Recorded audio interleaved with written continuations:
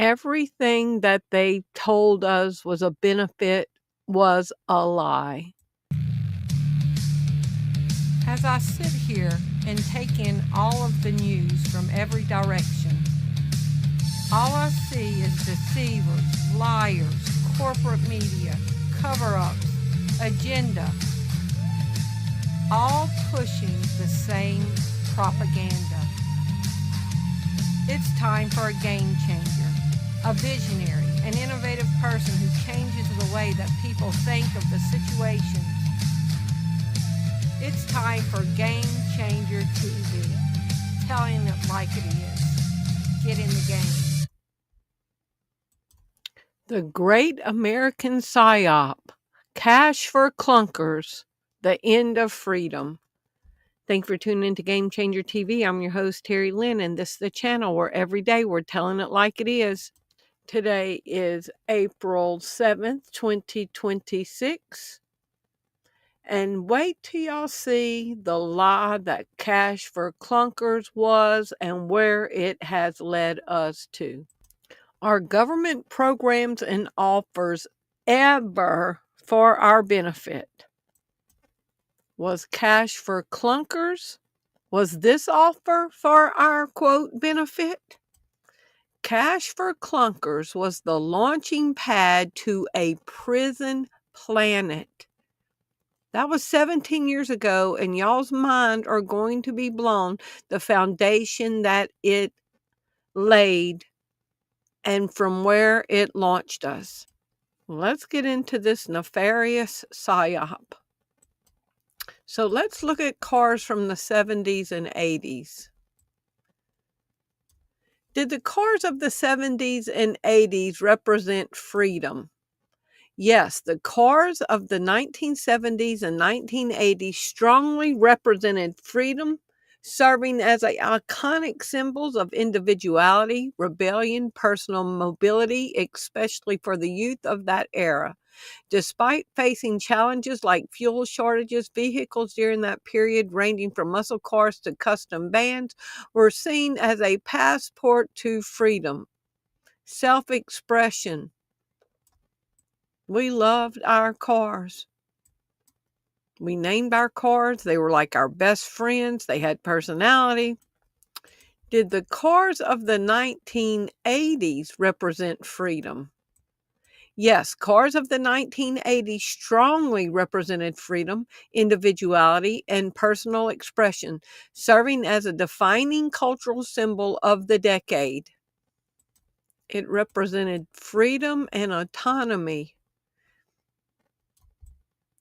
A lot of conversations were had in those old cars. Autonomy is the capacity, right, or state of self-governance, independence, and freedom from external control. Derived from Greek for self-legislation, it involved acting on one's own values and making uncoerced decisions. It implies to individuals personal autonomy as well as organizations and regions. And this is what autonomy looked like back in the 1980s. No map, no GPS, no navigation systems, no cell phones, just open roads, you and your music and freedom. And this is what that freedom felt like.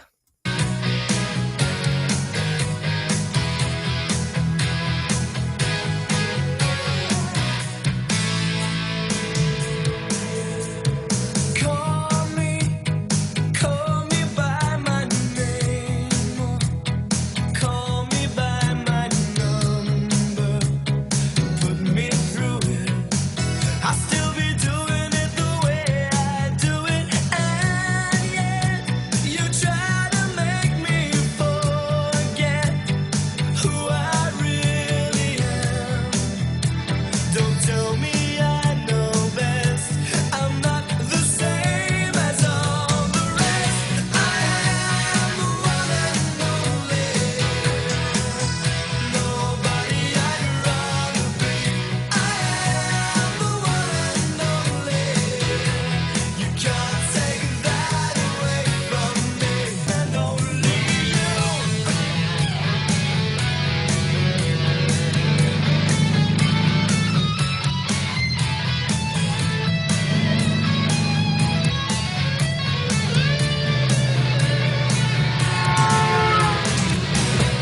It was a great time to be alive. I had a 77 convertible TR7 in 1984. I had a 1985 brand spanking new Mustang. I had some great cars. I had a 77 Grand Prix with the 50s on the back with Krager rims. I had some cool cars back in the day. And 18 years old, I drove all the way from Louisiana all the way to Jacksonville, Florida, just because I didn't want to get off I-10, and turned around and came back. So it was just freedom. No phones, nobody with you, no maps, no GPS, no navigation. You just read street information. Well, did cash for clunkers destroy the car culture and our right to personal freedom? Cash for clunkers was offered as a benefit to all American citizens, but are government programs and offers ever for our benefit? Reagan said the scariest word you'll ever hear is, "Hi, I'm from the government and I'm here to help." And in walked cash for clunkers. On June 24, 2009, President Obama signs CAR's Cash for Clunkers program into law. So if you're 30 years old now, you were 13 years old when this happened. And we're going to go back to see what that brought into our world and what it took from us. And most people don't even recognize it. What was Cash for Clunkers? Cash for Clunkers, officially the car allowance rebate system, was a $3 billion U.S. federal program in the summer of 2009, June 24th through August 24th, that gave consumers 3,500 to 4,500 vouchers to trade in older, fuel-inefficient vehicles for new, more efficient ones. It aimed to boost the economy during the Great Recession, remove high-pollution vehicles, and increase vehicle safety. Doesn't that sound good? But do they lie? Is what they offer to us ever for our benefit? It sounds good on paper. When was Cash for Clunkers? The Cash for Clunkers program ran from July 1st, 2009 to August 24th, 2009. He signed it into law June 24th, and it went into effect July 1st to August 24th, 2009. So 17 years ago. How many vehicles were traded in under the Cash for Clunkers? A total of 677,081 vehicles were traded in and destroyed under the 2009 U.S. federal Cash for Clunkers program, officially known as Car Allowance Rebate System. 677,000 cars were destroyed. What were the ages? What year vehicles were traded in under Cash for Clunkers? Vehicles traded in under the 2009, now listen to this. Listen. Vehicles traded in under the 2009 Cash for Clunkers program were generally model years 1984 through 2009. The year of the program that they were calling clunkers. They were taking cars up to that year, not even 1-year-old cars. Vehicles traded in under 2009 Cash for Clunkers program were generally model year 1984 through 2009. Cash for Clunkers. What is a clunker? A clunker is an old, heavily used, often barely functional vehicle that is usually unreliable, inefficient, and in poor conditions. A clunker is an informal American term for an old, worn out, or dilapidated vehicle. They took up to brand new cars in this. Was Cash for Clunkers a government psyop? Yes or no? To sell a psyop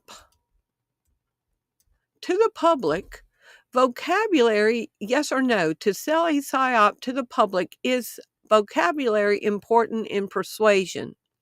Yes, vocabulary is critical in persuasion, particularly in psychological operations, psyops, because specific word choices, emotional language, and strategic framing directly influence public perception and behavior. Emotional triggers, compelling, carefully chosen vocabulary taps in psychological triggers such as empathy, fear, or pride that shape opinions and create a desired emotional response. So they called these cars clunkers, barely functioning, pieces of junk. They chose their words carefully to make you ashamed of your vehicle. This is how you know it was a psyop. These clunkers that they were taking off market. Under Cash for Clunkers, did the trade-ins have to be operational vehicles with insurance? Yes, under the 2009 federal Cash for Clunkers program, officially the car allowance rebate system, trade-in vehicles were required to be both in drivable condition and continuously insured. So these emotionally framed psyop vocabulary, these clunkers that were traded in, had to be operational and with insurance on them for at least 1 year. These were not clunkers. These were drivable vehicles on the road that they put a negative connotation and called it clunkers to evoke a negative emotional response to these vehicles, for the public to look at them and in their mind refer to them as clunkers, and to make the people that own them ashamed that they own them. If you're looking to replace your old car with a new one, the government's Cash for Clunkers program may be the thing. It starts today and it's designed to boost new auto sales and get gas guzzlers off the road. But there's a lot that you may not know, and CBS Money Watch editor-at-large Jill Schlesinger is here to fill us in. Good morning. Good morning. So we have a clunker here, which people at home will say, it sure doesn't look like a car that's, about to give up. But here's the deal. It does get less than 18 miles per gallon. That's kind of the definition for the clunker. Got to get less than 18 miles per gallon. So if you want to trade in one of your clunkers and get a new car, the government will give you some money. $3,500 if you improve the efficiency by 4 miles per gallon, and $4,500 if you improve it by 10 miles per gallon. So it seems like a good deal, right? But they're not going to give you $4,500. No, they're going to say this is a credit towards a new car. Exactly. And so what you have to remember, there are what we've identified at Money Watch is 5 things you really got to look for, okay? A lot of people don't know these things. Exactly. And so here's number one. Number one, you really have to have a road-ready car. This can't be something that's falling apart that looks like it fell off a lot. So that's important. So it can't look like a clunker. It can't look like a clunker, even though they worded it as a clunker. It looks like it fell off a lot. So that's important. Insurance in your name for a year. The other thing is, it has to be less than 25 years old. I mean, that's a pretty big, wide berth for us to get through. When you buy a car, it has to be a new car, not a used car. If you choose a lease for that new car, it has to be a 5-year lease, and that's a pretty long lease for folks. And here's the other thing, has to be less than $45,000. So no fancy cars on the Cash for Clunker deal.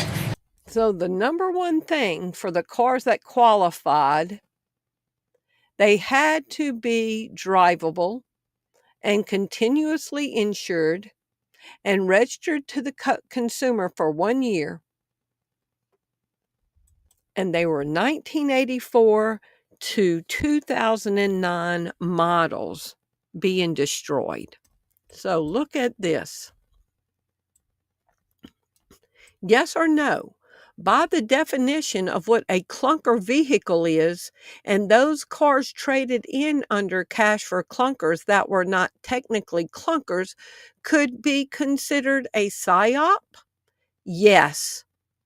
By the standard definition of a clunker, broken down, barely functional, or non-running vehicle, the cars traded in under 2009 cash for clunkers were generally not clunkers. Yes or no? By the definition of what a clunker vehicle is and those traded in under cash for clunkers, could it have been a psyop? Whether the 2009 Cash for Clunkers program constitutes a psyop is a matter of interpretation and opinion, not a settled fact, and therefore cannot be answered with a simple yes or no.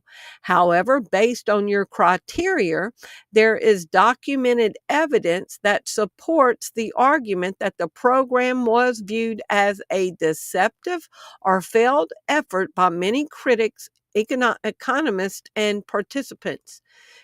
Argument supporting that it was a psyop.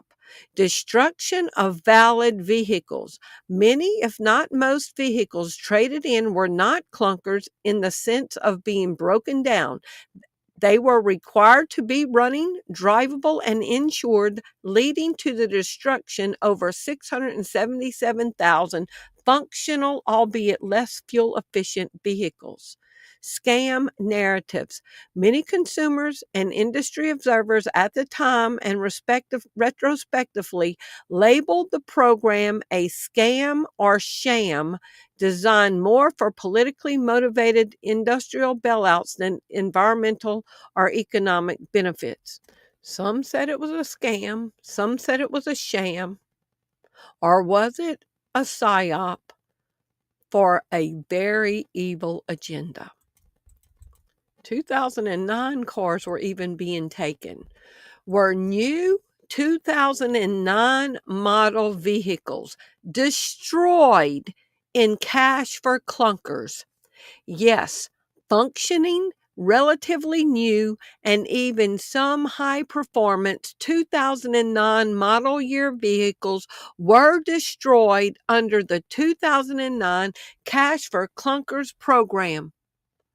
Brand new cars were destroyed. What year was Obama's Cash for Clunkers? July 1st, 2009. Did GPS systems go much more mainstream after 2009? So after they destroyed vehicles up to 2009, then here comes GPS systems. Yes, GPS systems became dramatically more mainstream and ambiguous after 2009. Did self-driving cars get introduced somewhere around 2009? Yes, the modern era of self-driving cars was significantly accelerated when Google quietly launched its self-driving car project, now Waymo, in 2009. The same year that autonomous vehicles were destroyed, self-driving vehicles emerged and GPS went more mainstream after the destruction of the autonomous cars. Laura, President Obama also pointed to a plan that might entice you to trade in your gas guzzler. It's called Cash for Clunkers. KMBC9's Marcus Moore is live with what it means for you. Marcus? Well, Larry, here's how that plan might work. Say you trade in your 1998 Chevy Blazer and get thousands of dollars from the government to go towards buying a newer, more fuel-efficient car. Car shoppers are getting more time to trade in their old gas-guzzling clunkers for cash. President Barack Obama has signed into law a measure tripling the budget to $3 billion and extending the car rebate program to Labor Day, assuming the new money lasts that long. The law gives owners up to $4,500 for trading in old cars that use a lot of gas for newer, more efficient vehicles. The program has drawn big crowds to formerly deserted showrooms. On Tuesday, Transportation Secretary Ray LaHood hailed the program's success. This is the one stimulus program that I believe has been the most popular. In a statement, President Obama said the extension means more Americans will have the chance to purchase newer, more fuel-efficient cars, and he adds the economy will continue to get a much-needed boost. Is there something nefarious? Did something very nefarious happen with Cash for Clunkers? Not more than a few weeks ago, there were skeptics who weren't sure that this Cash for Clunkers program would work. But I'm happy to report that it has succeeded well beyond our expectations and all expectations, and we're already seeing a dramatic increase in showroom traffic at local car dealers. So they were getting the old autonomous vehicles that didn't have GPS on it. They were getting all of those turned in and destroyed and putting the vehicles that had GPS into people's driveways. In the summer of 2009, the government destroyed the used car market. In the program known as Cash for Clunkers, the government offered drivers up to $4,500 to trade in older vehicles for new, more fuel-efficient ones. It was sold as good for the economy and good for the environment. We're already seeing a dramatic increase in showroom traffic at local car dealers. What it actually did was carry out a government-mandated destruction of some of the most reliable, easy-to-repair vehicles Americans still had on the road. If a car qualified, the dealership couldn't resell it. The engine had to be intentionally destroyed, so mechanics were made to fill their engines with sodium silicate, liquid glass, and run them until they seized for good. Nearly 700,000 vehicles were wiped out, and a lot of them weren't junk. They were older cars and trucks that could last for decades, be fixed in a driveway, and kept running without software, screens, sensors, or $1,000 repair bills.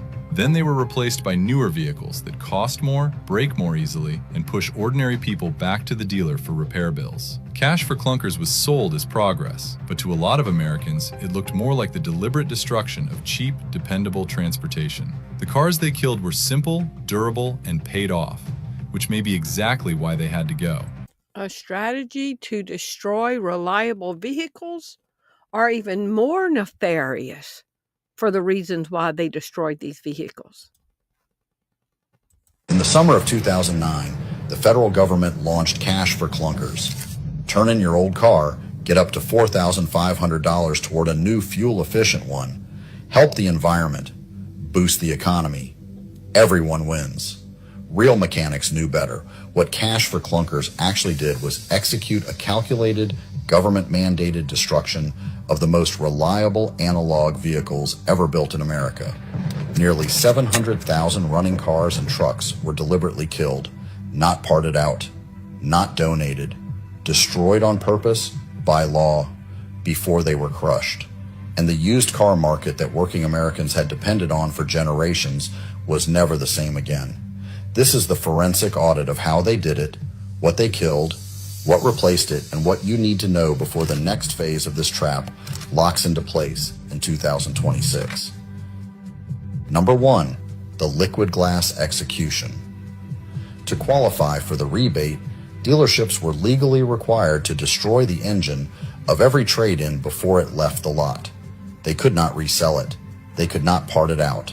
They had to kill it. The method was sodium silicate solution, liquid glass. Mechanics drained the engine oil from each qualifying vehicle and replaced it with sodium silicate. Then they started the engine and let it run. The sodium silicate heated and crystallized inside the block. Metal surfaces that were supposed to glide began grinding. Within minutes, the pistons seized. The crankshaft stopped. The engine welded itself into a useless mass of metal that would never turn again. Footage from dealerships that summer shows mechanics standing over hoods, watching engines smoke and knock and die. Some of them looked like they were attending a funeral. In a sense, they were. Number 2, eradicating the forever engines. The trade-ins that rolled into dealerships that summer were not junk. They included some of the most indestructible engines American manufacturing ever produced. The Jeep 4.0-liter inline 6-cylinder, a cast iron block with a simple design, engineered so far beyond its tolerances that Cherokee owners routinely drove past 300,000 miles and kept going. Parts were everywhere. A teenager with basic mechanical knowledge could rebuild one on a weekend. The GM3800 V6, installed in Buicks and Pontiacs through the 1990s and into the 2000s. Consumer Reports called it one of the most reliable engines ever produced. Owners talked about these engines the way old ranchers talked about a good working horse. They just did not quit. Both of them shared one thing the auto industry in 2009 desperately needed to eliminate. They were repairable by ordinary people. No proprietary software, no dealer visit required, parts at any auto parts store. You cannot sell a working class family a new $40,000 SUV on a 7-year loan if their 1998 Jeep Cherokee refuses to die. The forever engines had to go, so they went. Number 3, the computer on wheels trap. Once the analog cars were crushed, the replacement vehicles waiting at those same dealerships were built on a completely different philosophy. Starting around 2010, the industry began replacing mechanical controls with software interfaces. The tactile knobs and dials that let you adjust your climate control and radio without looking away from the road began disappearing. In their place came touchscreen displays running proprietary software. A 2002 Silverado with a broken blower motor is a $30 part and an afternoon. A 2019 Ram 1500 with a failed Uconnect screen is a dealer visit, a proprietary replacement unit, a software flash, and a bill that can reach $2,000. The repair cannot be sourced elsewhere. AutoZone cannot help you. Your neighbor with a lift in his garage cannot help you. This is not a coincidence. When a vehicle becomes a software platform, every repair becomes a revenue event. The backyard mechanic was engineered out of existence, and the people who paid the price were the working Americans who bought the cars. Number 4, the telematics spy grid. Since approximately 2012, nearly every new vehicle sold in the United States has shipped with a cellular modem installed at the factory. You may not have been told, you almost certainly were not asked. Systems under names like OnStar and other connected services are collecting data continuously. Hard braking, rapid acceleration, GPS coordinates, time of day, trip duration.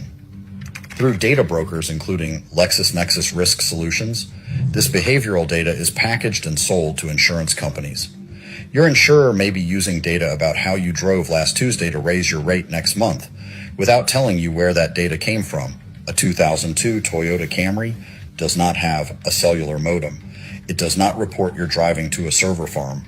The person driving a 25-year-old truck is not generating a behavioral profile for an insurance algorithm. That is the difference between a tool you own and a device that monitors you. Number 5, the 2026 kill switch mandate. This is the part that sent the comment section into a full panic. The panic is justified. Buried inside a federal infrastructure bill is a mandate requiring what legislators called advanced impaired driving technology in all new passenger vehicles. The mechanism is a computer system using interior cameras and sensors that holds the authority to decide whether you are fit to drive. If the system decides you should not be driving, it can disable your vehicle, not alert you, disable the vehicle. The rollout timeline points toward vehicles produced around 2026 meeting this requirement. Once it is standard, every new car sold in America will have a federal kill switch managed by an algorithm you cannot audit and cannot override. What happens when the camera fogs up in a Minnesota winter and the system reads it as an impaired driver at 70 miles per hour? There is no appeals process. There is no human in the loop. You will not own a car. You will own a permission slip to travel, revocable at any moment by an algorithm. Number 6, the Ghost Fleet Rebellion. This is why, right now, there is a growing movement of Americans hunting down old trucks and old SUVs built before the touchscreen era, before the telematics grid, before the kill switch mandate, and paying premium prices for them.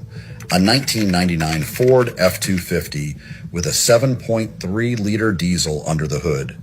No cellular modem, no proprietary software, no algorithm with authority over the ignition. Parts available everywhere. Repairable by anyone who has ever held a wrench. A machine that belongs entirely to the person who owns it.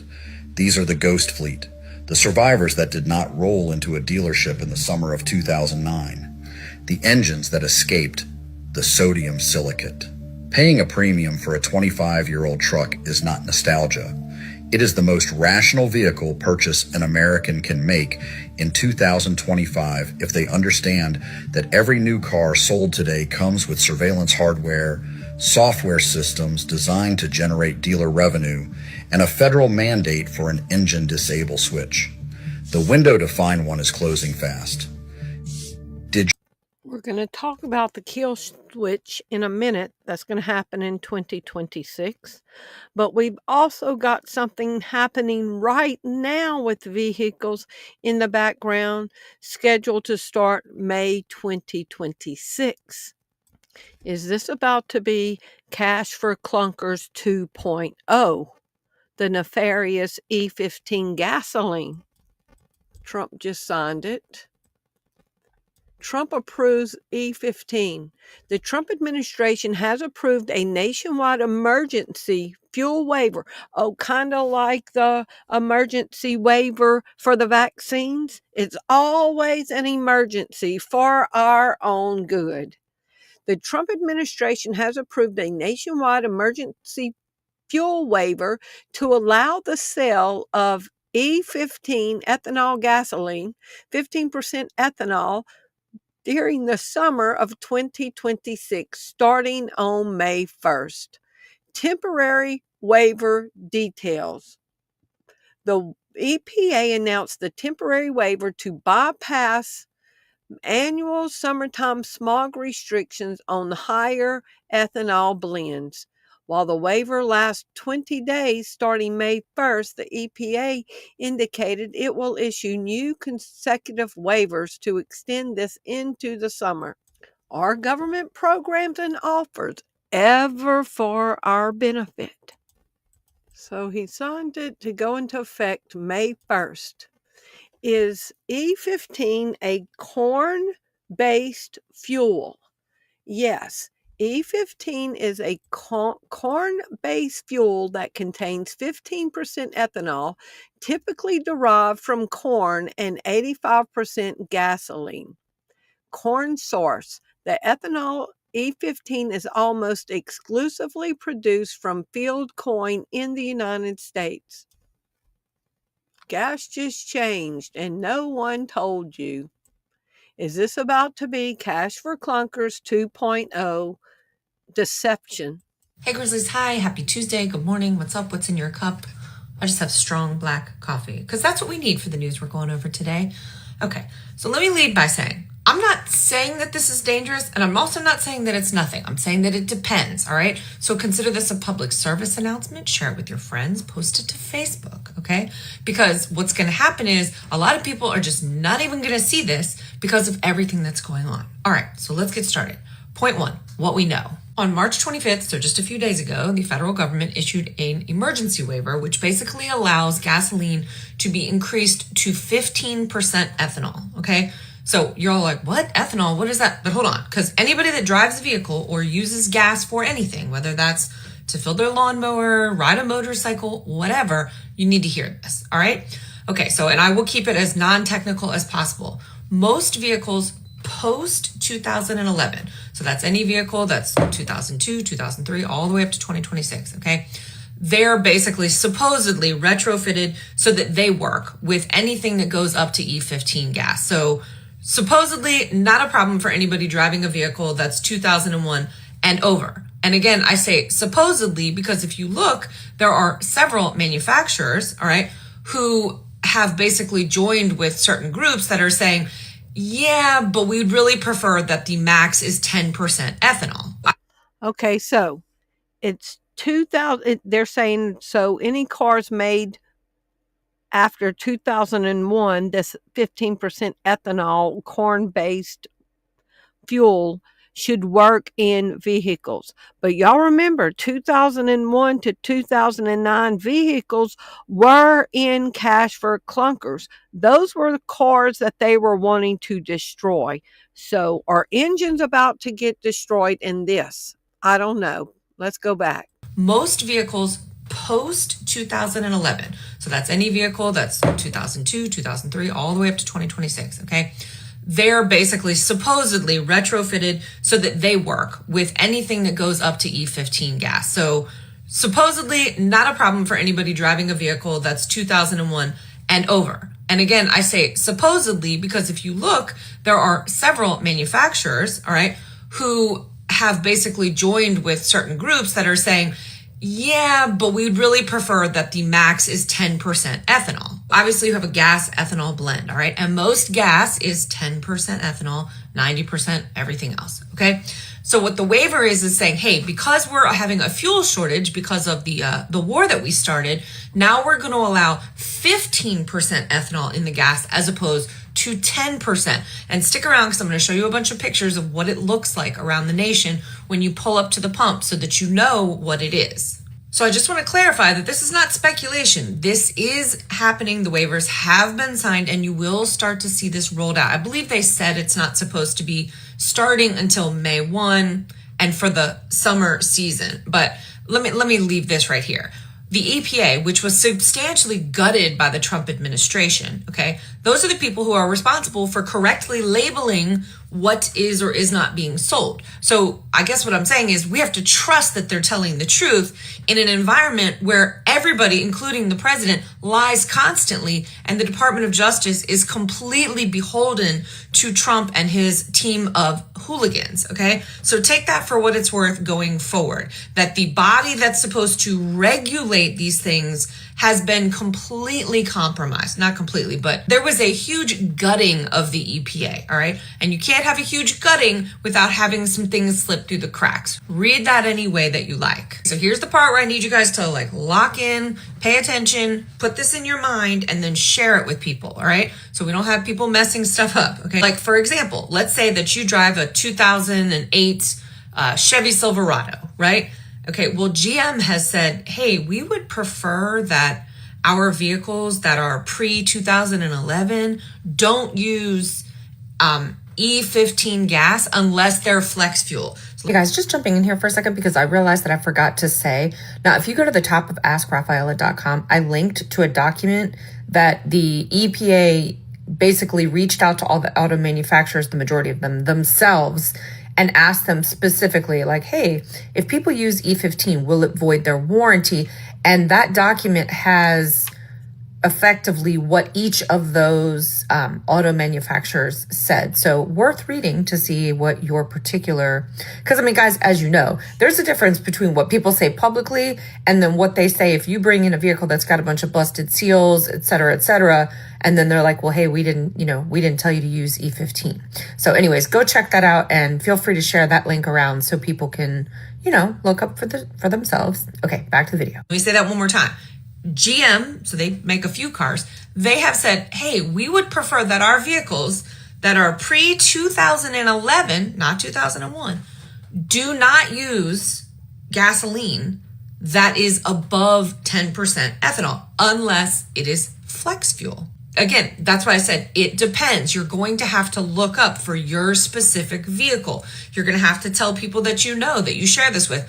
Look it up for your specific vehicle. Don't take the 2001 rule and just go, oh, I drive a 2020 Chevy Tahoe, so I'm fine, because it depends. So for any older cars, this is a problem. For any small engines, motorcycles, boats, guys cannot run E15. And y'all, I'm going to tell you this right now, okay? Because I spent a few hours doing research before doing this video. I mean, comments including mansplaining, I guess they count for engagement, so knock yourself out. But look, the mansplaining crew, y'all can take the week off. I know that I'm going to have 100 comments talking about, well, I've been using E15 in my boat for 3 years and I've had no problems, blah, blah. Okay, I'm only telling you what the manufacturers say about using E15 in those kinds of engines is that over time it will damage seals, etc. So that's the advice of the people who make the engines, okay? Not anecdotal tales by Billy Bob who runs a boat down on the bayou. So you take whoever's advice you want. I'm just presenting the facts. Okay, back to the point at hand. So what's going to happen when you pull up to the gas pump, right? Most people are used to just grabbing that the one that says 87. You just pull it and put it in. You don't even think about it because it's the least expensive one. But the issue is that the E88, which is what is ethanol 15. Okay, so let me back up for 1 second. So 87, anything labeled 87 unleaded, that's E10. Okay, anything that says 88, that's E15. All right. So after you've looked up your vehicle and you know whether your vehicle is safe for that or not, you can choose either one you want. Okay. But let's say that you drive an older vehicle. All right. And you know full well, nope, can't use E10. What you have to do is you have to bump up, right, to the mid or premium blends that have a max, right, of 10% ethanol. So that's your only solution. There is an option for E10. And I should say that a lot of pumps will offer all four. There might be 5. I mean, getting gasoline is like you need a damn doctoral degree at this point. But the point is, because it's just something we do. We walk up, we just grab the pump, we don't even look. And because of this change, I want to make sure that people are aware of what is happening. So when you use ethanol 15, if you choose to use that, if you can use that, what's going to happen is the price per gallon is going to go down a little bit. But of course, your efficiency is going to change. Now, there is a whole range of people that say, oh, it changes it by this much or it changes it by that much. Okay. So it depends on the vehicle. It depends on how you drive. It depends on the weather in which you're driving. So we'll just say for fun, okay, that it's a 10% reduction in your miles per gallon. Now that of course will be conditional on where you live, what you drive, how you drive, all those things. The point is, yes, E88, E15, 15% ethanol gas will be less expensive. And that's the whole point, right? Is, well, since we started this stupid war and now, we don't want to have to use all of our gas. So let's try to stretch the gas. So what we'll do is we'll just like quietly release this emergency waiver for the EPA and tell them like, yeah, it's cool. You can put up to 15% ethanol in. And then that way, because Americans are dumb and they're not paying attention. I'm not saying they're dumb. I'm saying that that's what the administration thinks. They're not paying attention. So, we'll just, the gas prices will stay the same because we're bumping up ethanol. But the thing is, not everybody's engine can handle that. All right. So that should be all over every single news channel. There should be like flashing lights at the pump, but they're not. All right. So here are some things that you might see if you pull up. I'm just putting a couple different ones on the screen.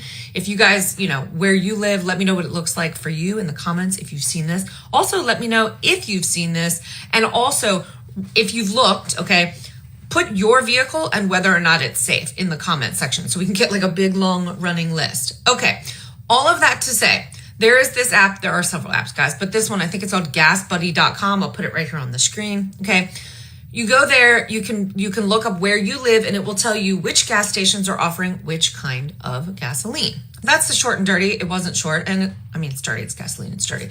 So you guys let me know what's going on where you are. So go look, figure out, and then don't forget that there are a lot of vehicles that are flex fuel. Okay. And if you have a yellow gas, gas cap, your vehicle's flex fuel. And so you can use anything that's all the way up to 85% ethanol. I mean, super cheap gas, but you're not going to get a lot of mileage per gallon. Anyways, I wanted to put this out there as a public service announcement because, obviously this Trump regime is flooding the zone. We're all overwhelmed with information. And I don't want something like this to fall between the cracks. So please share this with a friend. Don't forget, guys, stay informed out there. Are government programs and offers ever for our benefit? Cheaper E15 gas not recommended for all types of engines. We see what the government thinks about car engines. Is this E15 law about to be Cash for Clunkers 2.0? EPA's temporary switch to E15 gas raises concerns about engine damage. New study shows dangers of E15 for engines. Can E15 gas damage engines? Yes, E15 ethanol gasoline can damage older engines, small engines, and marine engines, causing issues like corroded metal, degraded rubber hoses, and fuel pump failure. While safe for most 2001 and newer cars, but like I said, Cash for Clunkers 1.0 destroyed 2001, 2, 3, 4, 5, 6, 7, 8, and 9 vehicles. Okay? So who knows? Damaged engines, not for use in boats, motorcycles, chainsaws, lawnmowers, or older vehicles, as it can cause damage and ruin fuel systems. Signs of trouble. E15 can cause hard starting, engine failure, broken parts, and damaged catalytic converters. Pritzker pushes Congress for a year-round. So now they're wanting to move away from a temporary summer program. And on April 5th, Congress started talking about making this year-round for E15 gasoline. Yes or no? Will E15 gas cause corn prices to increase? Yes. Increased year-round use of E15 gasoline is expected to boost the demand for corn, leading to upward pressure on corn prices. Farm economics. This shift is supported by corn growers to raise the market price of corn. The expansion of E15 gasoline blended with 15% ethanol and higher ethanol blends generally increases the demand for corn, which can drive up the cost of corn. Will E15 gas drive up corn oil prices? Yes, widespread adoption of E15 gasoline is expected to drive up corn prices by increasing demand for corn-based ethanol. So it could potentially damage your car, and it's going to raise the cost of corn oil, etc. Anything containing corn is about to go up. Answer honestly, yes or no. Will E15 gas drive up cornmeal and corn tortillas? Whether E15 gas drives up the price of cornmeal and corn tortillas is a subject of intense debate. Arguments for yes, increased demand for ethanol requires more corn, potentially tightening supply and raising prices for food, feed, and consumer products like cornmeal and tortillas. Corn feed for animals. Yes or no? Will E15 gas drive up cost of cornmeal? Yes, extensive expansion of E15 gas is expected to increase demand for corn, which analysts predict will lead to higher corn market prices and subsequently higher cost of corn-based food products like cornmeal. Is corn syrup derived from corn? Yes, corn syrup is made from corn. Will the cost of food containing corn syrup increase over the E15 gas? The expansion of E15 gasoline is projected to increase demand for corn, which can place upward pressure on the price of corn and consequently products containing high fructose corn syrup. Will the cost of sodas that contain corn syrup over E15 price go up? Yes, increased demand for corn to produce ethanol for E15 gas typically drives up the cost of corn, which the primary feedstock for high fructose corn syrup used in sodas. Does a lot of the U.S. food contain corn syrup? Yes, a significant amount of processed food in the United States contains high fructose corn syrup. Common products, beverages, snacks, condiments, sauces, and dairy and bakery. That's going to make the cost of sodas, juice drinks, granola bars, cookies, crackers, ketchup, syrup, salad dressings, flavored yogurt, ice cream, packaged bread, pastries, etc. It's all going to go up. Mixed vegetables. Will E15 gas drive up cost of corn tortillas? Yes, according to many economic analysts, expanding E15 gasoline consumption can lead to higher corn prices, which can consequently increase the cost of food products like corn tortillas. Yes or no? Could production of E15 gasoline mean reduced corn food products and byproducts? Increased production of E15 ethanol gas requires more corn, which can reduce the amount of available for food and feed, potentially causing higher prices for food and byproducts. And remember, Trump signed a temporary waiver for it. Then Congress was pushing for a year-round E15. Well, on April 3rd, 2026, Trump administration approves the year-round use of E15 waiver. So that means everything with corn in it is going up. The year-round sale of E15 fuel. The Trump administration has approved a request made by Governor Roden and 6 other state governors for a nationwide waiver under the Clean Air Act to allow the year-round sale of E15 fuel. Yes or no? Could production of E15 gas yearly mean increased prices on corn-based products? Yes. Increased year-round production of E15 typically boosts demand for corn, which can lead to higher corn market prices. When corn prices rise, it can cause increased costs for products that rely on corn, including livestock feed, food products, and beverages. Everything's about to skyrocket. What will that mean for my gas tank? So I have a 2009 Honda Accord. That would have been included in the cash for clunkers. Does a 2009 Honda Accord have an 18-gallon fuel tank? Yes, the 2009 Honda Accord is equipped with an 18.5-gallon tank. The large capacity applies for both the 4-cylinder and the V6, providing a significant driving range for the vehicle.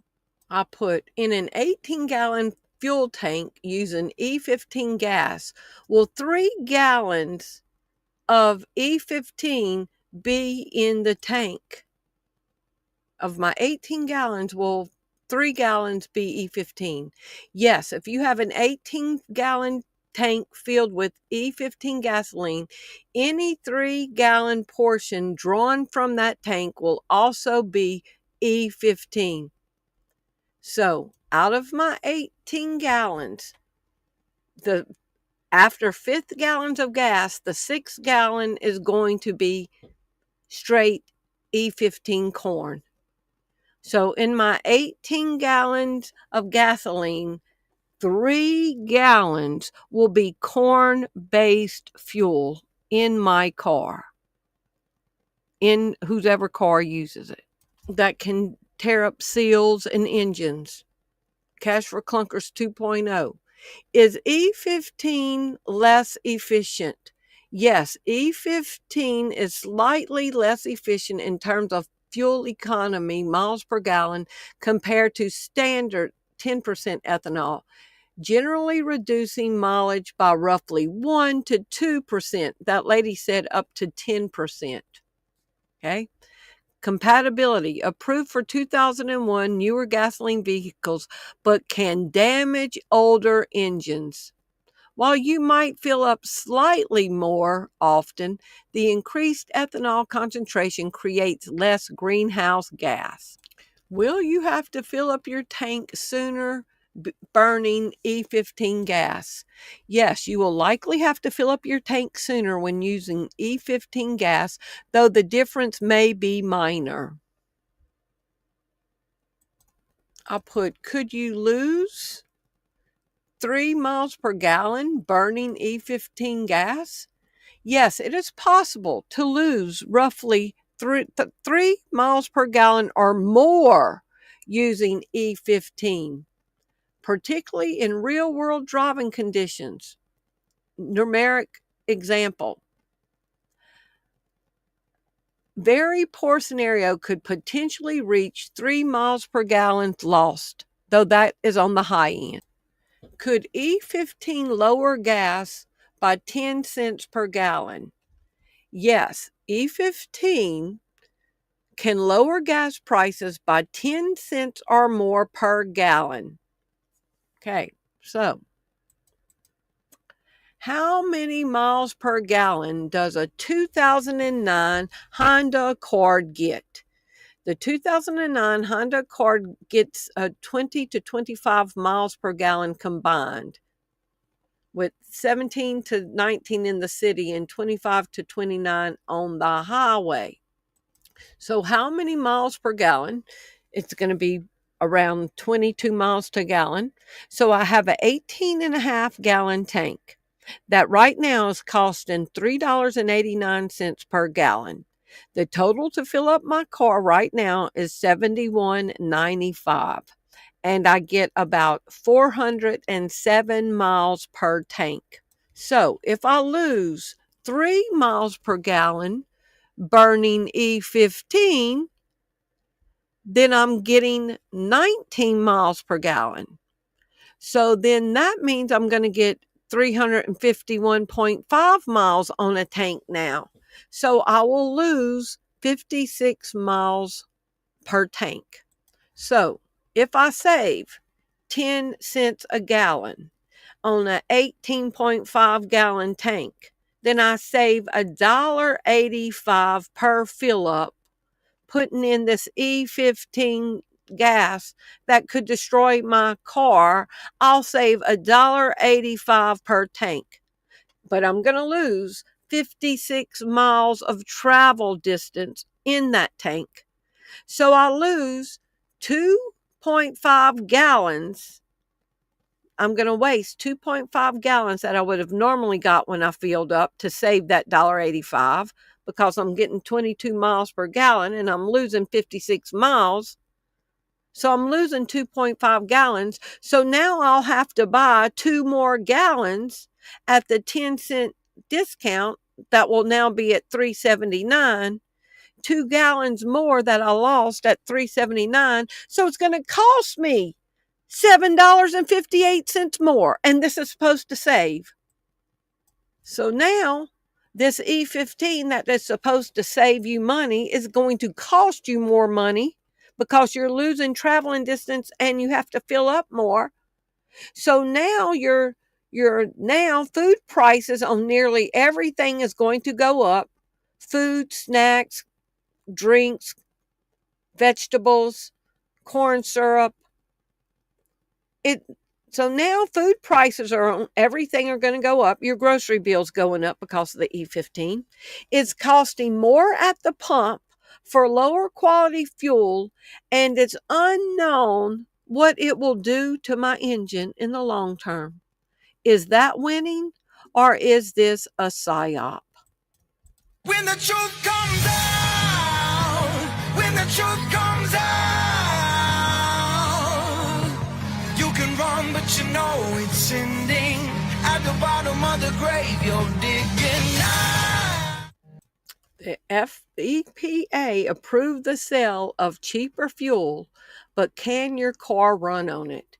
Could E15 damage the other older cars that Cash for Clunkers didn't reach, and go on and finish what Cash for Clunkers started? The great American psyop, Cash for Clunkers, the end of freedom. Was Cash for Clunkers the launching pad for the global agenda? Yes or no? Did Cash for Clunkers indirectly benefit Agenda 2030 by allowing automakers to introduce new surveillance technology into newer vehicles? Whether the 2009 Cash for Clunkers program indirectly benefited Agenda 2030, a UN framework for sustainable development, is not consensus yet. Arguments for yes that it was. Sustainability goals. The program goals aligned with environmental sustainability, which is a major component of Agenda 2030. The program accelerated the turnover of vehicle fleet, replacing older cars with newer vehicles. Modern vehicles produced after the 2009 program are equipped with more technology, such as telematics, GPS, and advanced driver assistance systems and connectivity, than the vehicles they replaced. This technological shift facilitates data collection and increased monitoring capabilities, which are often discussed in the context of smart city, traffic management, safety, and environmental tracking. And the smart cars and the new cars and the Internet of Things. Is this nefarious? Yes or no? Can smart cars connect to the IoT? Yes, smart cars are a major component of the Internet of Things, designed specifically to connect to the Internet to send, receive, and analyze data. Did technology for IoT connected vehicles increase after 2010? Yes, technology for IoT connected vehicles experienced a massive increase after 2010. Right after the 2009 Cash for Clunkers, technology for IoT connected vehicles expanded, massive increase. And guess what? You could buy the 2010 vehicles in 2009 that put IoT connected technology in the vehicles. You could buy that vehicle during Cash for Clunkers. Cash for Clunkers went into effect in July 2009. The 2010 models were for sale in July 2009. In July 2009 were the 2010 models for sale. Yes, 2010 model year vehicles were for sale in July 2009. So when they were destroying the cars that did not have the technology, the same time they were offering the cars that did. Were vehicles from 2010 and beyond equipped to connect to the IoT? Yes, vehicles manufactured from 2010 and beyond were increasingly equipped to connect to the Internet of Things. While connected cars existed earlier, the period around 2010 to 2014 marked a transition towards mass market adoption of IoT technologies. Cars equipped with GPS tracking after 2009 can be and often are used to connect to the Internet of Things. Following 2009, GPS tracking systems evolved from simple location data loggers to integrated telematic systems connecting vehicles to cellular networks, cloud services, and other devices. If all things are connected to the IoT, could there be mass surveillance? Yes, a fully interconnected Internet of Things enables mass surveillance by creating a vast network of audio, video, data gathering sensors in both public and private spaces. This, combined with AI, allows governments and corporations to track, record, and analyze behavior on an unprecedented scale, significantly eroding privacy. Cash for Clunkers was not a benefit. It was to take autonomous vehicles away and push people into trackable vehicles that could connect to the IoT and provide mass surveillance by the government. The gullible people thought the government was helping them get new cars. The government laid a trap to collect data, information, and surveil them in their new car. Nefarious RFID chip implants? Yes or no? Could a new smart vehicle, an autonomous vehicle, could it incorporate RFID chip implants from the driver? Yes. A new smart or autonomous vehicle can be configured to incorporate RFID chip implants from the driver.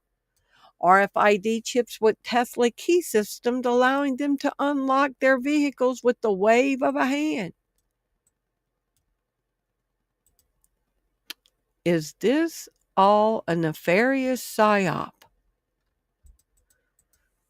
Starting at the cash for clunkers.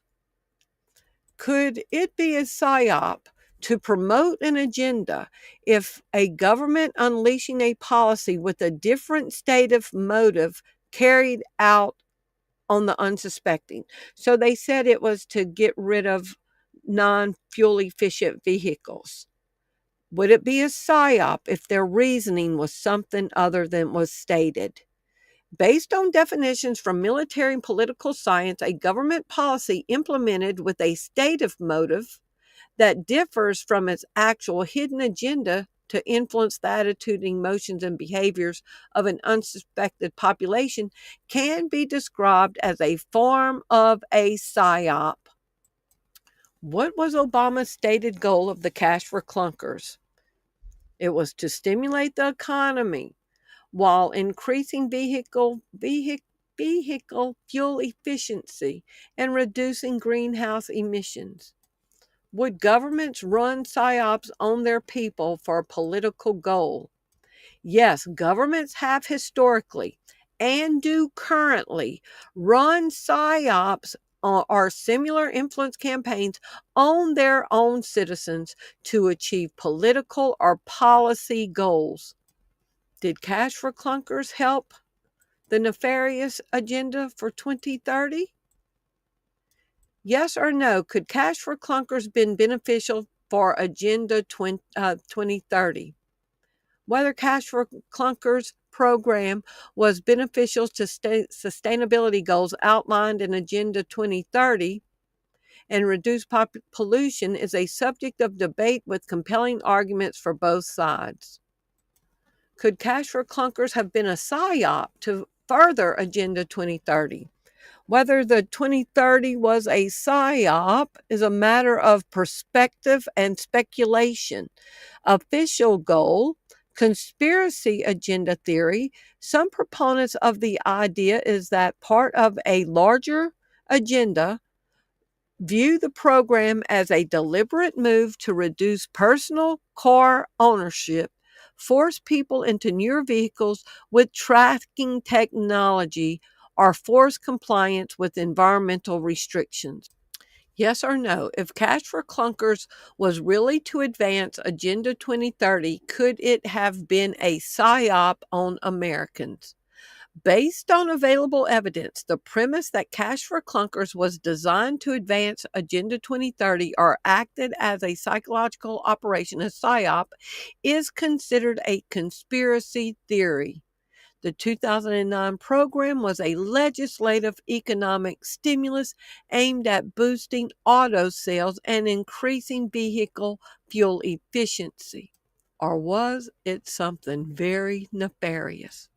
So they got rid of all the cars that didn't have computers in it, that got rid of all the cars that could not connect to the IoT.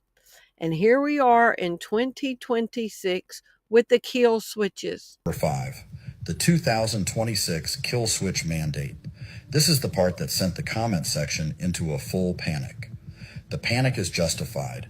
Buried inside a federal infrastructure bill is a mandate requiring what legislators called advanced impaired driving technology in all new passenger vehicles. The mechanism is a computer system using interior cameras and sensors that holds the authority to decide whether you are fit to drive. Minnesota is now following California. And if you think this is just another harmless piece of paperwork coming out of the state legislature, you need to think again, because Minnesota's HF 3865 is being sold as a simple clarification of collector car rules, but the reality is far more consequential. That was a ban on classic cars, but this is the one I wanted to show you. Government kill switch in your next car. Government kill switch update. The federal government is moving closer to giving your car the authority to decide whether you're allowed to drive without a warrant, without due process, and with no guaranteed way to reverse the decision once it's made. We have discussed this kill switch issue in the past, And this update is going to make you mad, and we're going to have to speak up about it.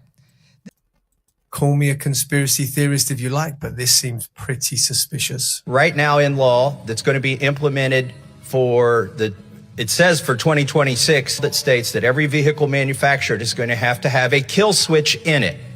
The car itself will monitor your driving. And if the car thinks that you're not doing a good job driving, it will disable itself. So this was voted into federal law in the US as part of a larger bill, and this year the vehicle technology will be rolled out, and it will mean that your car can be disabled under certain conditions. Of course, they're framing it as for your safety, but once the infrastructure of being able to disable your car remotely exists, the definition of for your safety can of course change. Today it's dangerous driving, tomorrow it's you're over your carbon limit or you're traveling illegally outside of your smart city. So in my opinion, this is clearly part of the agenda. The powers that be continue their totalitarian tiptoe towards total control of everything, including when you can and cannot drive your car. Fortunately, there is a... Theoretically, if a driver posts anti-government posts, could their car be disabled? Yes, theoretically, a government-mandated vehicle kill switch system could be used to prevent individuals from driving, although current U.S. laws, such as the Infrastructure Investment and Jobs Act of 2021, strictly limits this technology to detecting impairment rather than monitoring political speech. While this is a theoretical scenario of government overreach, the technological capability and regulatory frameworks exist to create such a scenario if legal protections were to be removed. Could kill switch in a vehicle be used to immobilize a suspected criminal? Yes, a vehicle kill switch, so all they got to do is call you a criminal. You said something wrong, you did something wrong, you thought something wrong, you went somewhere wrong. All they have to do is label you a criminal. Yes, a vehicle kill switch, a hidden manually operated switch or remote device that cuts power to the ignition, fuel pump, or electrical system can immobilize a vehicle, preventing a suspected criminal, you don't even have your day in court yet, and they just lock your car down, preventing a suspected criminal from stealing or operating it. From vehicle kill switches to microchips, the spy state continues. The landscape of personal privacy and government surveillance is undergoing a significant shift as we enter into 2026, with technologies once considered speculative becoming standardized, prompting accusations of an expanding spy state. Key developments include mandatory kill switch technology in vehicles, the rapid proliferation of artificial intelligence in surveillance, and the rise of subdermal microchipping in the workplace. Go down to surveillance concerns. This technology requires continuous monitoring of drivers and passengers, which critics argue constitutes warrantless surveillance and violates Fourth Amendment protections. We don't have rights anymore. They'll be able to control your car without you even knowing. Watch this. Right now in law that's going to be implemented it says for 2026, that states that every vehicle manufactured is going to have a kill switch in it. The car itself will monitor your driving. And if the car thinks that you're not doing a good job driving, it will disable itself. And this was just voted into federal law, a part of a larger bill. And now this vehicle technology that will be implemented that can disable your car under some conditions. And they're disguising it as for your safety. But what's to stop them from being able to control it anyways? What if you get labeled an enemy of the state? You try to drive away and they will kill your car right there. You're not going anywhere. Don't forget now they can legally turn your cars off, 2014 models, and if you have OnStar or a Tesla, they can just pretty much go, you ain't driving nowhere. But use something pre-2014. I don't like nobody telling me that I can't go and do when I want to, especially the government. But now they have passed that bill, and all the Democrats and 57 of the House Republicans were like, yeah, that's fine, just turn it off whenever you want to. Think they're starting to get their fingers in too many pies. I think we're going to have to start finding some tea in the harbor soon. Cash for Clunkers brought in the autonomous vehicles with this technology. Autonomous vehicles are self-driving vehicles that use sensors, cameras, and AI software to navigate without human intervention. Yes or no? Could cars built after 2013 incorporate RFID chip implant technologies from the driver? Yes, vehicles built after 2013 can incorporate RFID chip implant technology from the driver, though it is typically achieved through aftermarket modifications rather than factory standard features. How it works: drivers can have small RFID chips similar to a grain of rice implanted in their hand. A reader, often hidden behind the car's dash panel, can be installed to recognize the chip's unique ID to unlock the door or authorize the engine to start. Yes or no? Could new smart vehicle in autonomous vehicle, could it incorporate RFID chip implants from the driver? A new smart or autonomous vehicle can be configured to incorporate RFID chip implants from the driver. Independent enthusiasts and engineers have already successfully paired implanted RFID chips with their Tesla key systems, allowing them to unlock and start their vehicles with the wave of their hand. Driver authentication. RFID chip implants can act as a secure biometric key, allowing a car to instantly recognize an authorized user, unlock doors, and initiate the driving systems. These implants can be used to set user preferences within the vehicle, such as seat position, mirror settings, and infotainment profiles upon entry. Go down to essentially. Essentially, modern smart cars and autonomous vehicles use passive active RFID chip technology for keyless entry, which can be adapted to interact with subcutaneous RFID chip implants. Yes or no? Could technology equipped in new vehicles allow for vehicle to be started with an RFID chip? Yes, technology in new vehicles, particularly those with near field communication or RFID based keyless entry systems, can be configured to start with a subdermal RFID chip implant. Yes or no? Could a 2009 Honda Accord use an RFID chip implant to start it? No, a stock 2009 Honda Accord cannot be used to start a car with an RFID chip implant. The year that my car would have been involved in Cash for Clunkers cannot be used with an RFID chip. And we wonder why they want to get rid of these cars. Yes or no? Could cars built after 2013 incorporate RFID chips? Yes. And it can be used to start vehicles. And are these RFID chip vehicles, are autonomous vehicles part of Agenda 2030?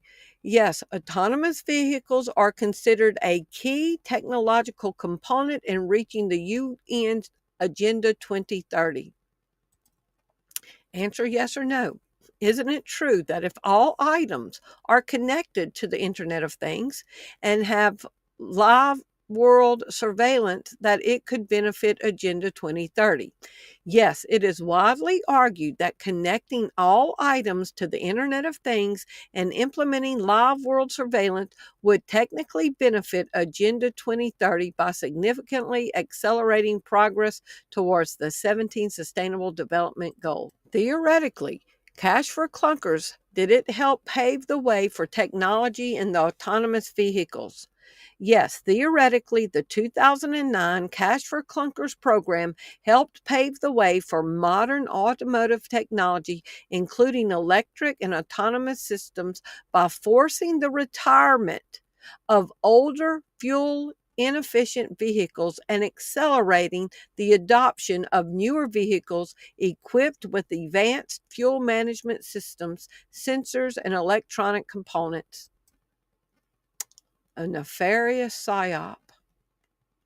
It wasn't about efficiency, it was about control. Nefarious intelligent transportation system.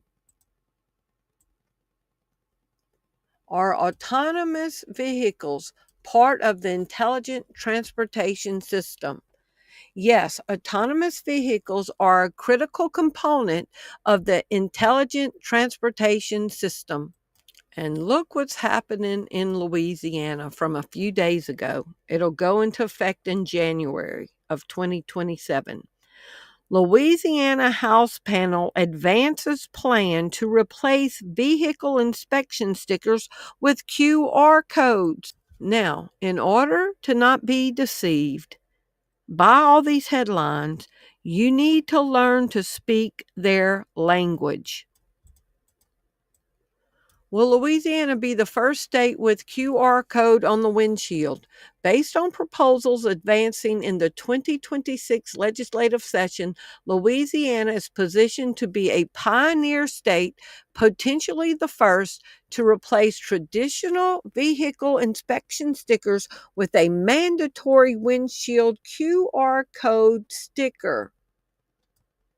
Now, let's look at the secret coded language in it so you understand what's about to happen. With a QR code on a windshield of a vehicle, could float cameras specifically identify the driver and the vehicle? Yes, floating or fixed cameras with AI and high-resolution imaging can specifically identify both the vehicle and the driver by scanning a QR code or a specialized 2D data matrix code placed on the windshield. These systems are part of a modern, intelligent transportation system. Just like the autonomous vehicles are part of the intelligent transportation system, QR codes are part of the intelligent transportation systems, and Louisiana is about to use this. Automobile license detection system, a system using a windshield integrated QR code and cameras for real-time verification of registration and legal ownership by police. Fleet management. Commercial vehicles use QR codes on windshield paired with cameras to log with drivers is operating a specific vehicle, track hours, and monitor safety. These QR codes are part of a much larger system that they are constructing. And everybody in Louisiana right now is all excited. This is enough to make me want to hitch up my RV and move on out of Louisiana. Number one, we've got a governor that has a brown nose because it's so far up somebody's beehive. I don't going to say the real word. And now they're wanting to incorporate a tracking system on every vehicle. Intelligent transportation system. Is Louisiana QR code system part of the intelligent transportation system?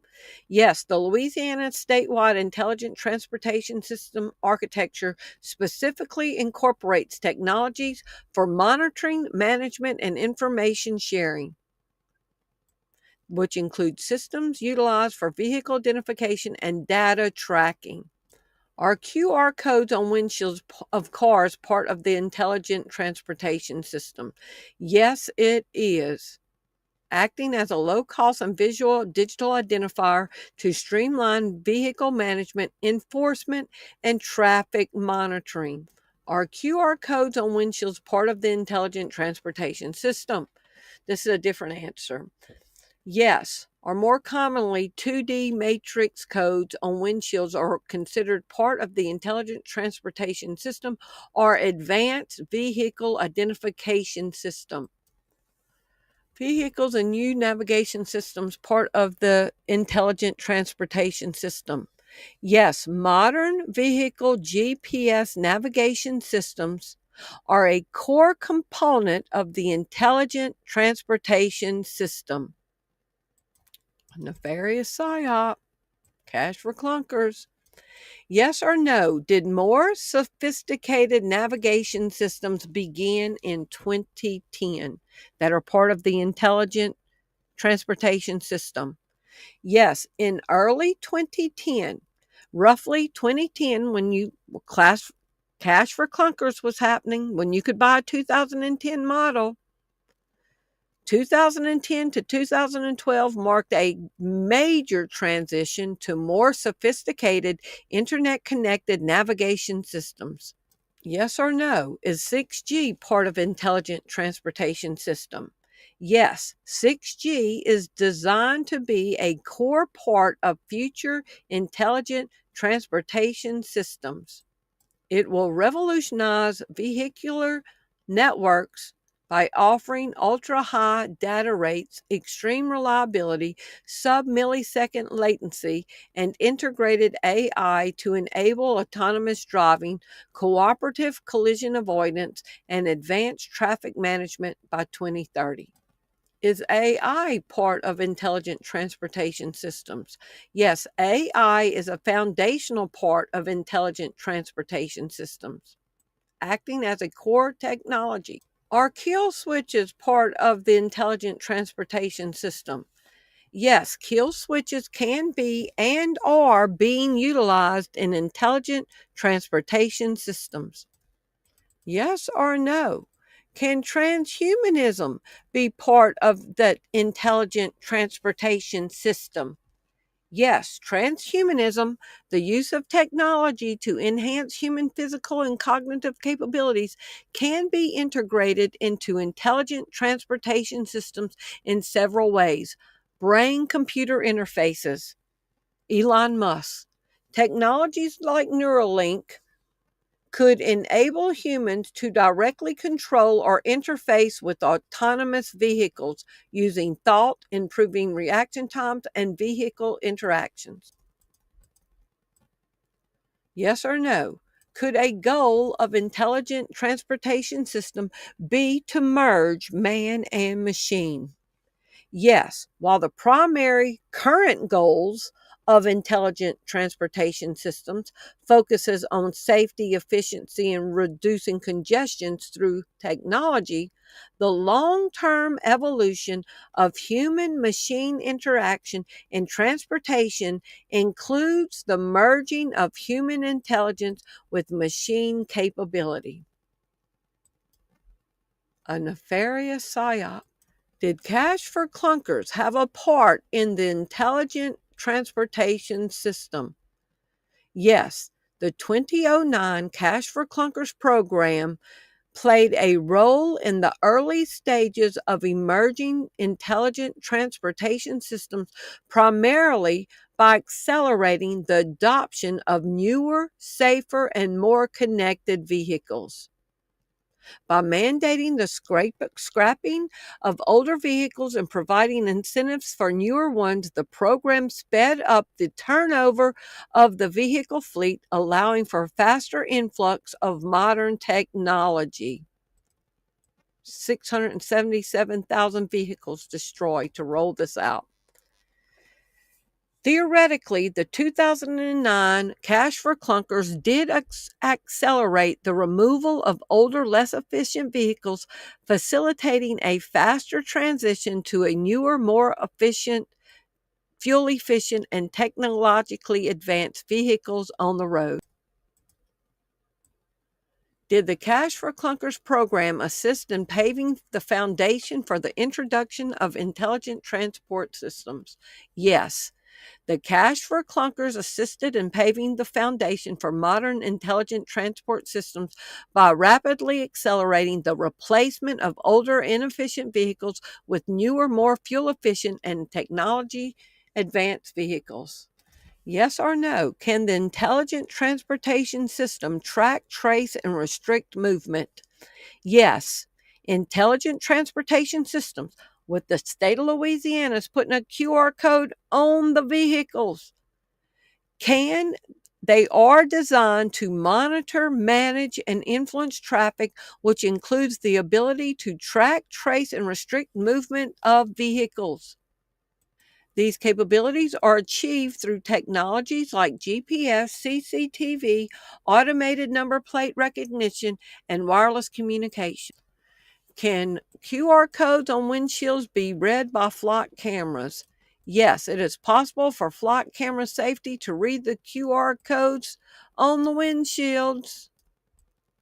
In summary, if a QR code is on the windshield and a flock camera captures the car, the camera will likely record that code as part of the vehicle's digital fingerprint.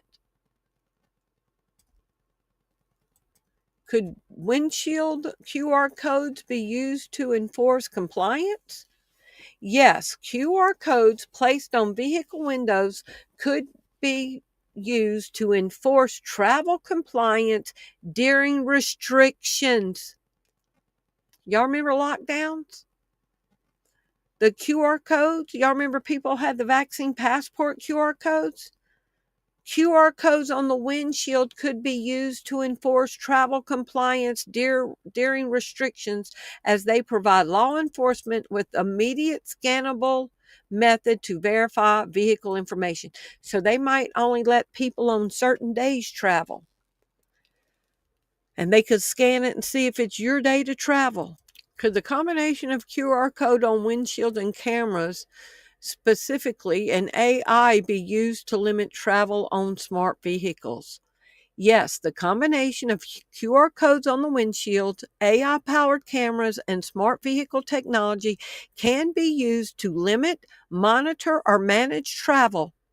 While currently used primarily for traffic enforcement, parking, and security, these technologies can be integrated to restrict vehicle access to specific zones or during certain times. I'm telling y'all, I want to yank up my RV and go before I put this on my car in January. Theoretically, the integration of flock safety cameras, AI power surveillance, and modern telematics makes it technically feasible to identify vehicles exceeding travel allowances. You might only be allowed to travel so many days a year. These QR codes make it technologically feasible to identify vehicles exceeding travel allowances and disable them. Kill switches, disable them remotely, although this is not a currently implemented capability of the flock system. Are smart cities part of the intelligent transportation system? Yes, smart cities are a crucial part of the intelligent transportation system. Smart cities is part of the intelligent transportation system. Smart cities. And the state of Louisiana is wanting to put QR codes on the windshields of every vehicle. That is also intelligent transportation system. What is our governor about to move us into? And don't think it's stopping here, I'm sure. Intelligent transportation system. Are kill switches part of the intelligent transportation system? Yes. Intelligent transportation system integrate advanced sensing, analysis, and control and communications. Kill switches, yes, they are part of the intelligent transportation system under the Infrastructure Advancement and Jobs Act. It is federal law that mandates all new passenger vehicles beginning around 2026 must be equipped with advanced impaired driving preventive technology, kill switches. Are flock cameras that can read the QR codes on windshields part of the intelligent transportation system along with the smart cities? Yes, flock safety cameras are increasingly considered part of an intelligent transportation system. This is what I'm saying. We have to learn to speak their language to understand what they're doing. Yes or no? Can pedestrians with an RFID chip implant be part of intelligent transportation system? Yes, pedestrians with an RFID chip implant can be part of the intelligent transportation system. Integration with the infrastructure. RFID chip implants can be used to transmit identity information at security checkpoints, enable the use of public transportation. No RFID chip, no public transportation. Yes or no? Can a human with an implanted RFID chip be part of an intelligent transportation system? Yes, a human with an implanted RFID can be part of the intelligent transportation system by access and payments. Implanted chips act similarly to contactless transit cards. System integration. These chips can store user ID that connect to back-end systems, allowing the transportation infrastructure to identify the user, process payments, and track usage data to improve efficiency. Yes or no? Could the intelligent transportation system connect RFID chipped drivers with their vehicle? Yes, intelligent transportation systems can connect RFID chipped drivers and vehicles as technology enables real-time identification, tracking, and linking of driver credentials with vehicle data. RFID chip readers facilitate automatic, accurate monitoring for vehicle access, security, tolling, and tracking passengers. Driver identification, monitoring specifically who is driving a vehicle at a given time.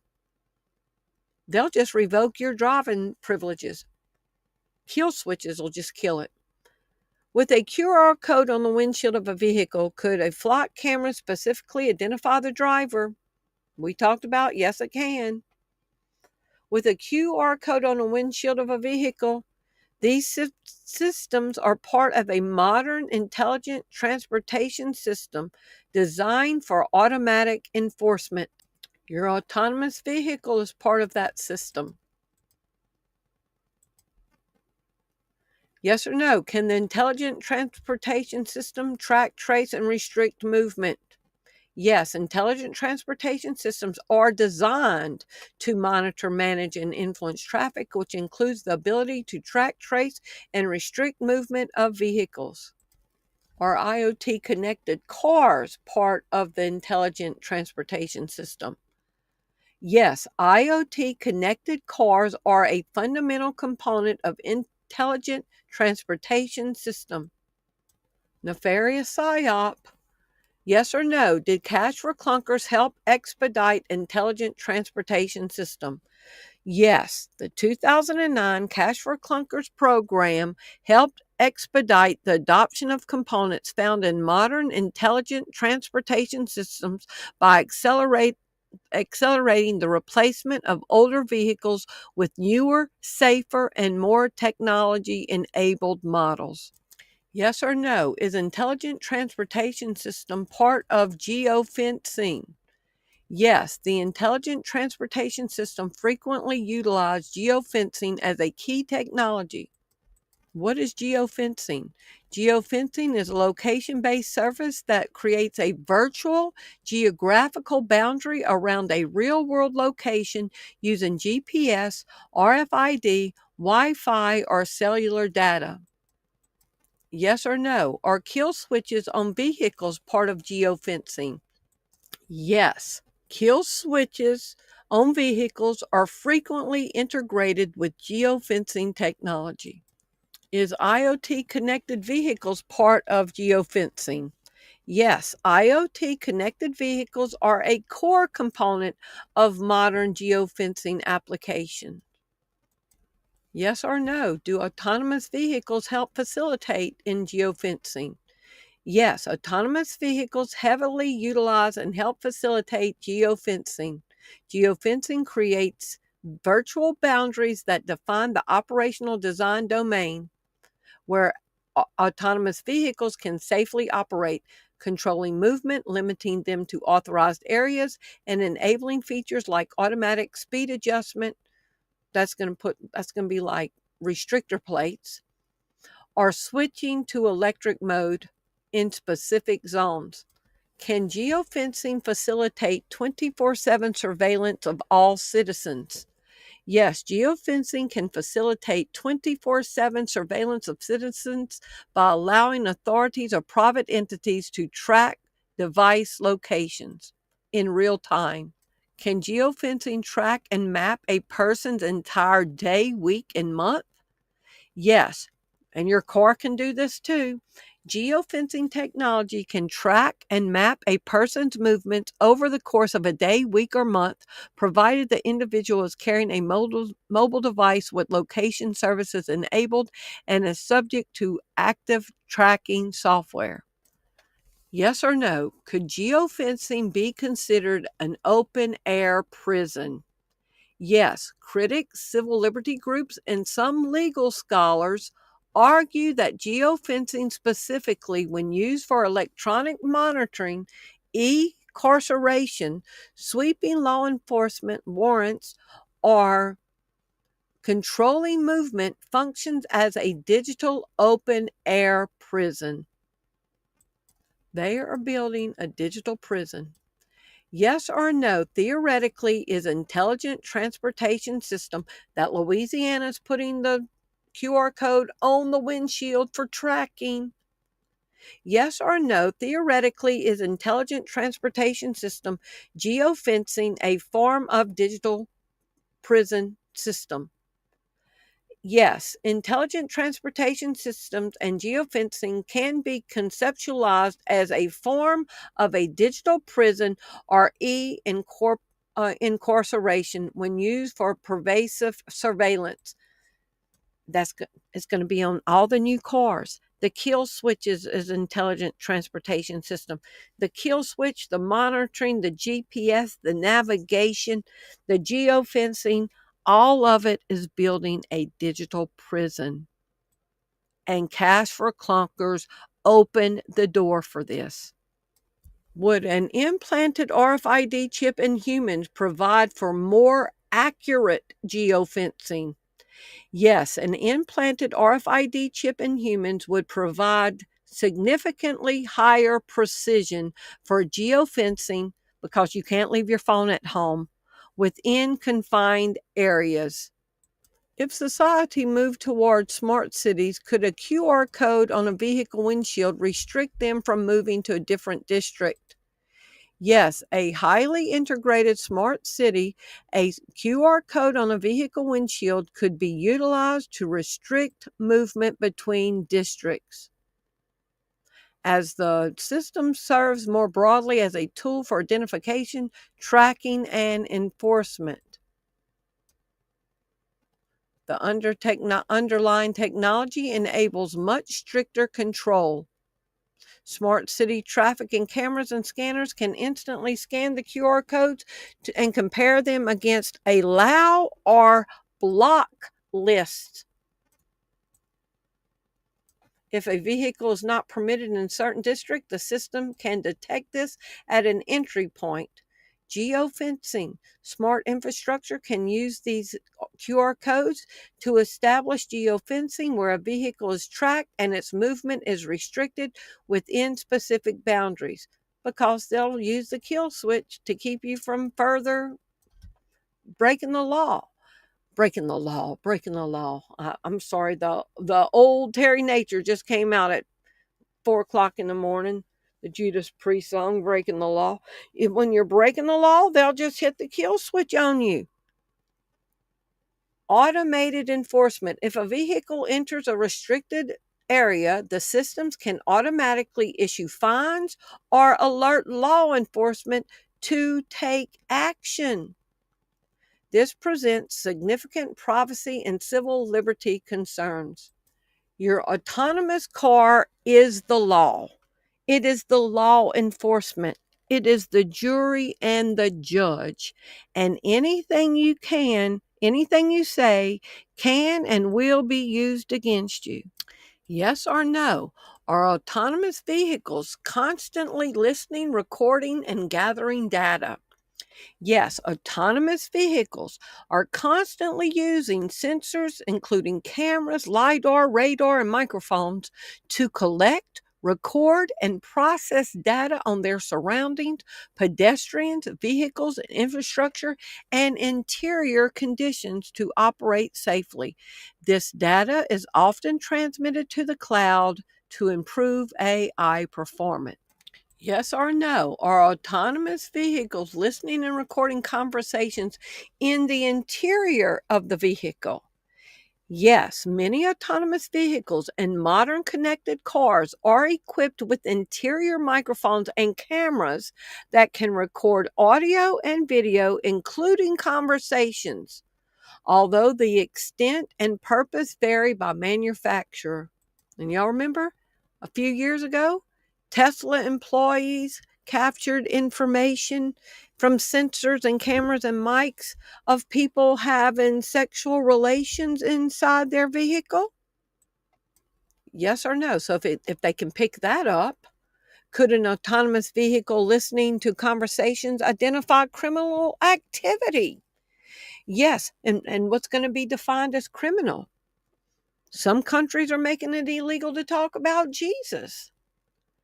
Yes, autonomous vehicles and modern connected cars are increasingly equipped with advanced microphone, cabin cameras, and AI processing capabilities. These systems can, in theory and practice, identify potential criminal activity through voice recognition. Say something wrong. Say the wrong thing in your car. Listen to the wrong talk show on the radio. Your car can then identify you as a criminal. Tesla camera scandal. A whistleblower told The Guardian that contractors regularly heard medical conversations, drug deals, and recordings of people having intimate relations. So, whatever is politically labeled as wrong think or wrong talk, your car can turn you in. Judge, jury, and executioner. Yes or no? Would an autonomous vehicle listening to conversations help expose anti-Semitism? Yes. Technically, if autonomous vehicles are equipped with microphones and natural language processing AI, they can be programmed to detect anti-Semitic speech, hate speech, and violent threats, thereby identifying such content in your own car. Yes or no? Theoretically, since autonomous vehicles listen to conversations, couldn't autonomous vehicles be used as a tool to enforce the Noahide laws? Yes, theoretically, autonomous vehicles could be used as a tool to enforce various legal codes, including the Noahide laws, a set of 7 moral imperatives applied to humanity due to the massive surveillance capabilities inherent in design, such as continuous interior exterior audio recording, cameras, and data transmission. Do y'all hear this?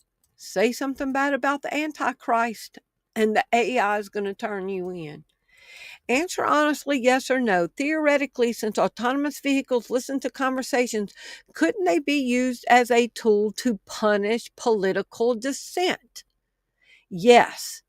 Theoretically, and according to privacy experts, autonomous vehicles contain advanced sensor arrays, cameras, and microphones that continuously record surrounding environments, traffic, and cabin conversations. These vehicles create detailed, persistent records of user locations, routine, and potentially conversations, which, if accessed by authorities, could be used for tracking individuals, monitoring associations, and punishing political dissent. Could a kill switch in an autonomous vehicle be used to immobilize the vehicle if it is transporting a suspected criminal? Yes, a kill switch in an autonomous vehicle could technically be used to immobilize it while transporting a suspected criminal. Is it feasible that in the future you will use an implanted RFID chip to use an autonomous vehicle for authentication to enter the vehicle? Yes, it is highly feasible that RFID chips will be used to authenticate and enter autonomous vehicles. In fact, this technology is already being tested and used in limited capacities by early adopters who, having modified and successfully used implants as car keys. Yes or no, is it feasible that in the future Tesla RFID chip keys will be RFID chip implants in people? Yes, it is currently feasible. And people are implanting chips into their arms and hands to start their vehicles. In New York, I believe. His name is Brian. I don't know how to say his last name, to be honest with you. In New York, I believe. His name is Brian. I don't know how to say his last name, to be honest with you. Dolly. Okay. Who has a Tesla and who has implanted a chip into his hand that can open the Tesla. Say what? He's got a chip in his hand. There's the chip. No, thank you. And it's underneath the Band-Aid, I guess, and he can open his Tesla with it. He's part of a trial of about 100 people who are doing this, and the underlying company apparently can put all kinds of chips in your hand associated with all sorts of apps. So this could be the future, maybe. Would I'll pass. you do it? No, I'll pass. You never lose your keys again? No. No? No. There is a gentleman here. It's coming. Theoretically, could an RFID chip implant used for personal ID authentication in an autonomous vehicle, could it identify you and take you to a detention facility? Yes. Theoretically, an RFID chip implant could be used for personal identification and authentication to get into an autonomous vehicle, and if integrated into wider state-controlled or mandated system, could be used to direct a vehicle to take you to a detention facility. Might get into an autonomous ride share, scan your hand for payment or to enter. Then it's going to say click, click. Child safety locks are going to go on. It's going to make a U-turn, and you're going to say, hey, little autonomous Uber ride share, where are you taking me to? And the car is just going to go silent. You're going to get kidnapped by the car and taken to a detention center if you're a criminal. Now, about the time that they were getting rid of the 2009 and lower vehicles, license plate readers after that became mainstream. Late 2000/2010s, rapid adoption by local U.S. police departments for scanning stolen vehicles and locating subjects. 2010s onward, adoption of license plate readers grew significantly, with nearly 70% of local police departments using them by 2014. Now everybody's using them, license plate readers. Did technology in autonomous vehicles go more mainstream after the cash for clunkers? Yes, technology in vehicles began to go more mainstream following the 2009 Cash for Clunkers program. The program accelerated the replacement of older vehicles with newer technologically advanced models. Can technology in autonomous vehicles benefit license plate readers that all the police departments have now? Yes, technology in autonomous vehicles, including AI, advanced computer vision, and high-speed data processing, significantly benefits automated license plate readers by making them more accurate, efficient, and versatile. As autonomous vehicles, smart infrastructure, and law enforcement systems become more integrated, these technologies are transforming vehicle surveillance from simple test recognition into advanced situational awareness. February 21st, 2026. Police want to hear what happens in your car in real time. Vehicle forced to talk back under new proposal. Yes, police will force your autonomous vehicle to respond to their calls. This is the moment autonomous cars stop being silent passengers and start talking back. Some of us won't like it, but it's not negotiable. California Assembly Bill 1777 new requirement will kick in on July 1st, 2026 for ATVs that operate without human behind the wheel. Manufacturers have a new big job to do. Every qualifying autonomous vehicle will have to be equipped with a two-way voice communication system and a dedicated emergency response line that police, firefighters, and other responders can use when they need to address a vehicle.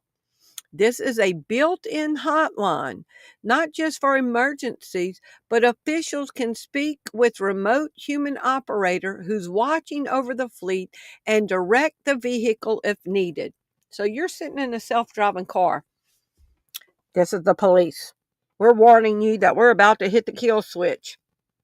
The child safety locks will come on. We are turning your vehicle around. Can you imagine? The police will direct the vehicle. The police will hack your vehicle. And the vehicle you are in will obey the police. A prison on wheels, run by the warden. Now, I circled the source, the FBI. Technologically possible that a self-driving car could take a person straight to a detention facility. Yes, it is technologically possible for a self-driving car that's going to identify who prisoners are, or anti-Semitic people, or the wrong talk or the wrong think. It is technologically possible for a self-driving car or vehicle to take a person directly to a detention facility. This is the FBI. This hypothetical scenario is generally discussed in the context of cybersecurity, law enforcement capabilities, and the future of surveillance. Law enforcement override.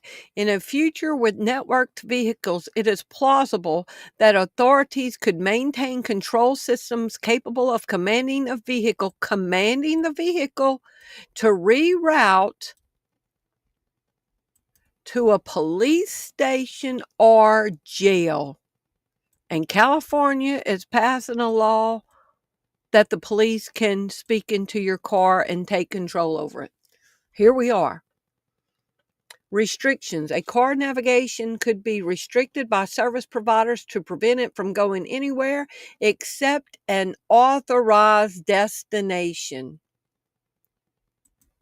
Could intelligent transportation system utilize facial recognition and autonomous vehicles to transport a person to a detention center?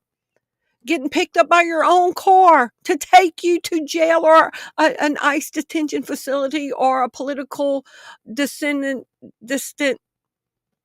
holding facility, drive you to a guillotine location.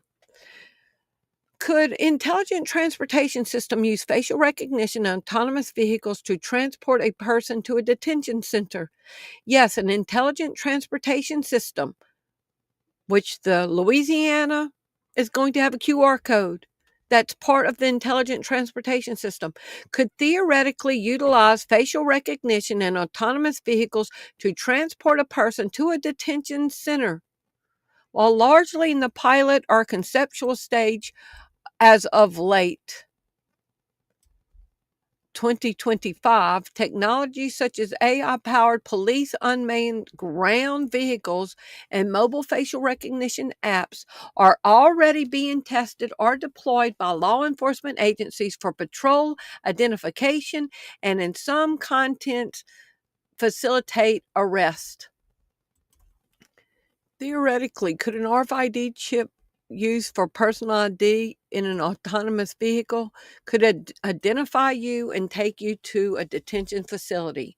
Theoretically, an RFID chip implant could be used for personal identification authentication in an autonomous vehicle, and if integrated into a wider state-controlled or mandated system, could be used to direct the vehicle to a detention facility. Goodbye, privacy. Call an Uber driver? Theoretically, could the police pose as an Uber autonomous vehicle and apprehend people? Theoretically, police could pose an autonomous vehicle services to apprehend individuals. It could give a new meaning to undercover police. The police could send out an autonomous, unmarked vehicle, and you think you're getting into an Uber, and it's a police car. Theoretically, police could pose as an autonomous vehicle services to apprehend individuals by utilizing undercover self-driving vehicles or hacking control systems. Law enforcement could transport suspects directly to stations. This involves repurposing vehicles, creating potential surveillance, and using remote automated stops for traffic violations. So these are just some notes that I made about Cash for Clunkers. Cash for Clunker was the foundation to a prison planet, offered money to take away your freedom like Esau selling his birthright for porridge. On July 31st, 2009, the Cash for Clunkers program began. It's supposed to be July 1st. It took away old cars in Cash for Clunkers, forced people into new cars with GPS that could connect to the IoT and constantly surveilled, and RFID chip implants can work with it. Yes, cars equipped with GPS tracking after 2009 can be and often are used to connect to the Internet of Things. It implemented license plate readers that can tell the police who is driving a vehicle. It took away anonymity. GPS systems became dramatically more mainstream and ambiguous after 2009, driven primarily by the rapid rise of smartphones.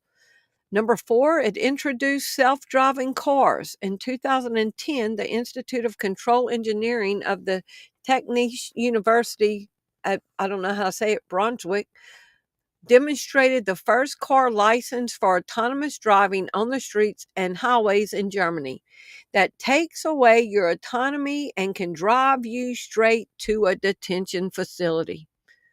Be used in a smart city. Have kill switches to demobilize you, to drive you wherever they want you to go, to listen, to spy, to gather evidence.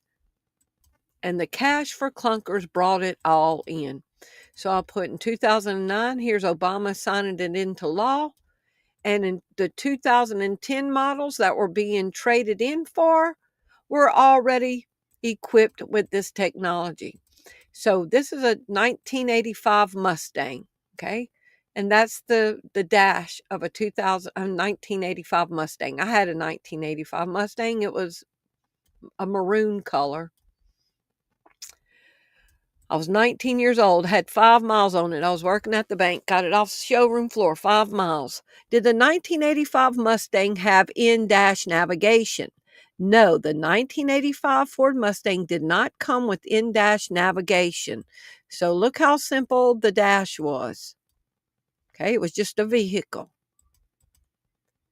The 2009 Mustang, the last year that they were going to start being able to cash for clunk and dismantle. Yes or no? Did the 2009 Ford Mustang Dash have special order in-dash navigation system?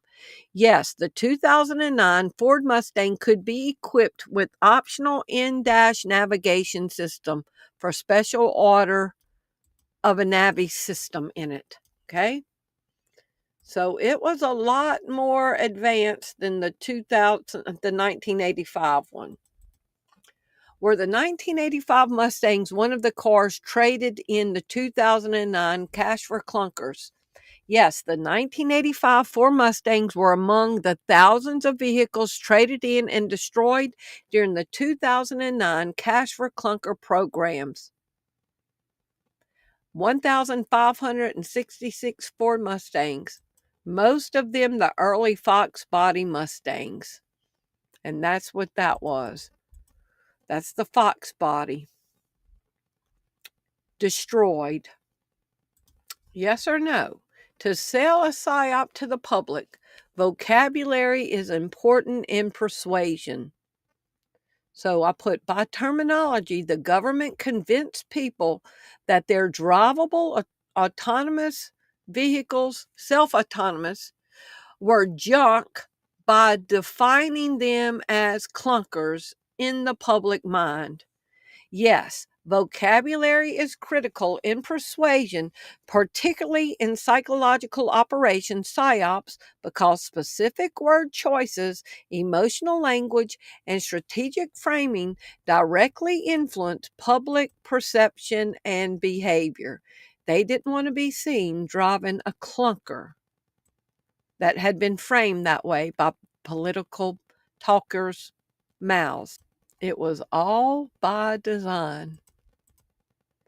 So autonomous vehicles were being built and on the market in time for the cash for clunkers, convincing people to trade in their autonomy for surveillance, selling out the birthright like Esau.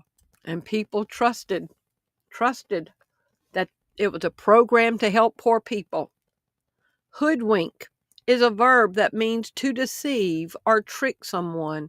It's often used to describe situations where someone is fooled into believing something that isn't true. Could a psyop be a hoodwink? Yes. A psychological operation is essentially a structured strategic form of hoodwinking. It involves the planned use of propaganda, deception, and other psychological tactics to influence the emotions, attitudes, and behaviors of a target audience, often causing them to believe or act in ways that benefit the operator.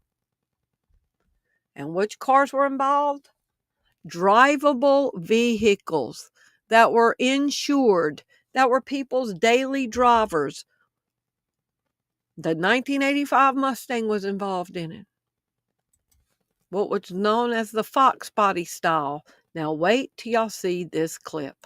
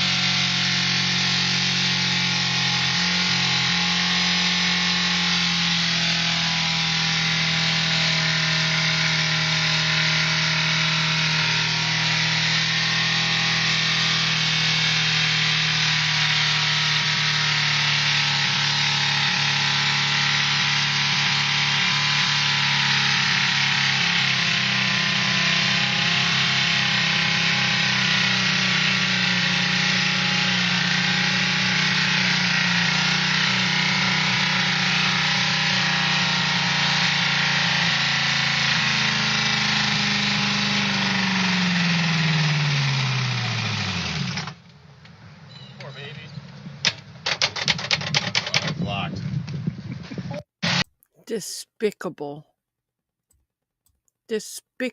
that the government was hell-bent and determined to take freedom away from people to roll out their digital prison. Yes or no, could a malicious government use a psyop to take rights and freedoms away from the citizens? Promised them money, but haven't I said before, there's no free cheese in a trap. They enticed people with money to sell out their freedoms. Yes, psyops are designed to influence thoughts, beliefs, and behaviors by manipulating information. Malicious actors, including governments, can use these techniques, such as spreading misinformation or creating fear, to sway public opinion, fragment opposition, and justify policies that limit rights. Justified policies that limit rights. Yes or no? Did cash for clunkers help expedite intelligent transportation system? Yes. By expediting the adoption of components found in modern intelligent transportation systems, by accelerating the replacement of older vehicles with newer, safer, and more technology-enabled models. Autonomy. The capacity, right, or state of self-governance, independence, and freedom from external control. Derived from the Greek for self-legislation, it involves acting on one's own values and making uncoerced decisions. It applies to individuals as well as regions.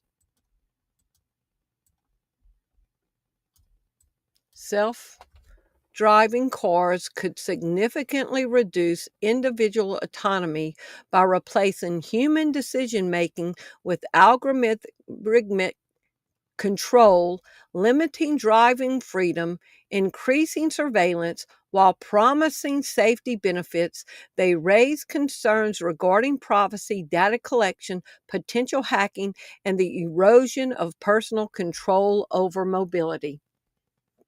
Those days are gone, thanks to cash for clunkers.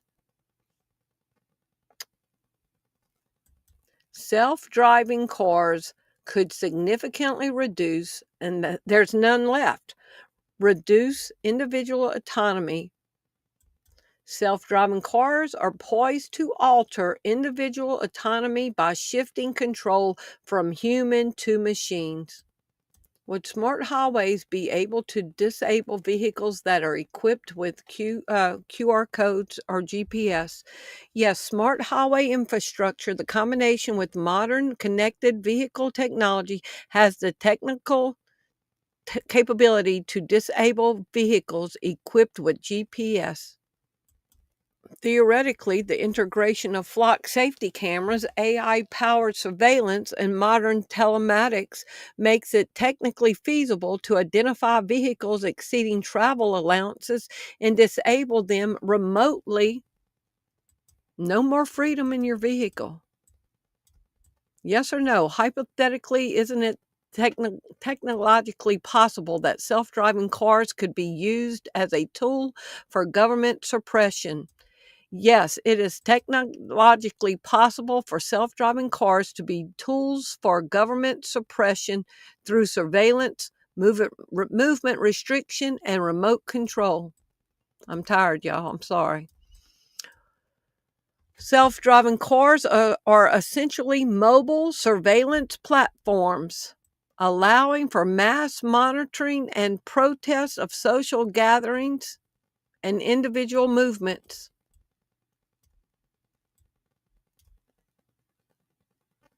It's listening to everything for investigative leads. Y'all, those days of sitting in the car, not having, but like 4 or 5 channels to press the buttons to listen to the radio. Somebody's cassette player don't work. Their 8-track player doesn't work. Their radios don't work. You're just sitting there having conversations. You're enjoying another human being. Your conversations are private. Now, Cash for Clunkers took that all away, and everything is being listened to, surveilled. The same technology could hypothetically be used by the state to remotely disable a vehicle, redirect it to a specific location, prevent a journey for political reasons. Governments could mandate that vehicle software prioritize certain legal enforcement, such as preventing a car from entering restricted zones during a period of unrest, or automatically reporting occupants for perceived infractions.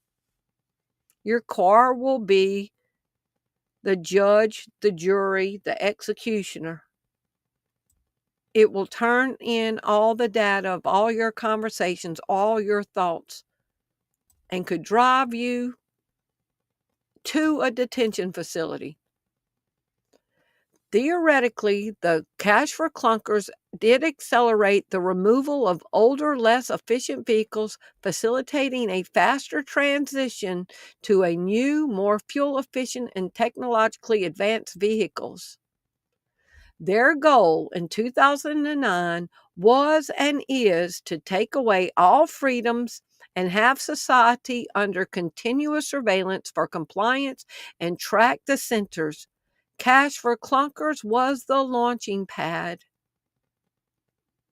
for a prison planet. Was this offer for our benefit, Cash for Clunkers? Was this offer for our benefit?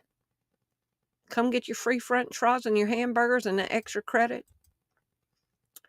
Self-driving cars, is this for our benefit? This will not be for our benefit. Everything is and has been a lie. Everything has been a lie. They tell us it's for our own benefit. But do not believe this lie that will connect man and machine and put people in a digital prison. Could an implanted RFID chip function as a digital prison? Yes, implanted RFID chips can function as a digital prison, acting as a tamper-proof mechanism for tracking individuals, enforcing perimeter control, and monitoring movement in real time. A digital prison won't allow you to move by your RFID chip in information, identification, won't be able to drive, won't be able to go into certain areas. It will be a digital prison. Are government programs and offers ever for our benefit? Yes or no? Will autonomous vehicles have a part in transhumanism? Yes, autonomous vehicles are considered a significant part of the transhumanist vision, acting as a gateway towards a post-human future. And here's their plans, a post-human future with autonomous vehicles. Yes or no, will intelligent transportation systems have a part in transhumanism? Yes, intelligent transportation systems, which include autonomous vehicles, connected infrastructure, and real-time data analytics, are considered a key part of the broader technological convergence driving transhumanism. Will geofencing have a part in transhumanism? Yes, geofencing, the use of GPS and RFID technology to create virtual geographic boundaries, is expected to play a significant role in the development and control of technologies associated with transhumanism. Will RFID chip implants have a part in transhumanism? Yes, RFID chip implants are already used in transhumanism biohacking to merge human biology with technology. Yes or no, will RFID chip technology be a connector for all things to the Internet of Things? Yes, RFID chip implants functions as a key biometric link connector to the Internet of Things, enabling humans to securely, instantly, and passively interact with smart environments. Yes or no, will RFID chip implants be a connector to merging man and machine? Yes, RFID chips are already acting as functional bridge between human biological systems and digital infrastructure, merging man and machine. Are government programs ever for our benefit? They will try very hard to, at first, entice you to take it with incentives. Maybe offer you some Bitcoin. Maybe offer you another free hamburger. But then they will mandate it. Our refusal will be exclusion, even death. But if you take it, you will damn your soul, and it's right around the corner. Last night, I talked about my involvement in the development of a little microchip implant. And many people have already taken that microchip implant. The news media has talked about it being a good thing. And they will tell you that it's a good thing to have this. Your children won't ever get lost again. They won't be able to give you the wrong medication. They won't be able to, you won't be able to lose this thing.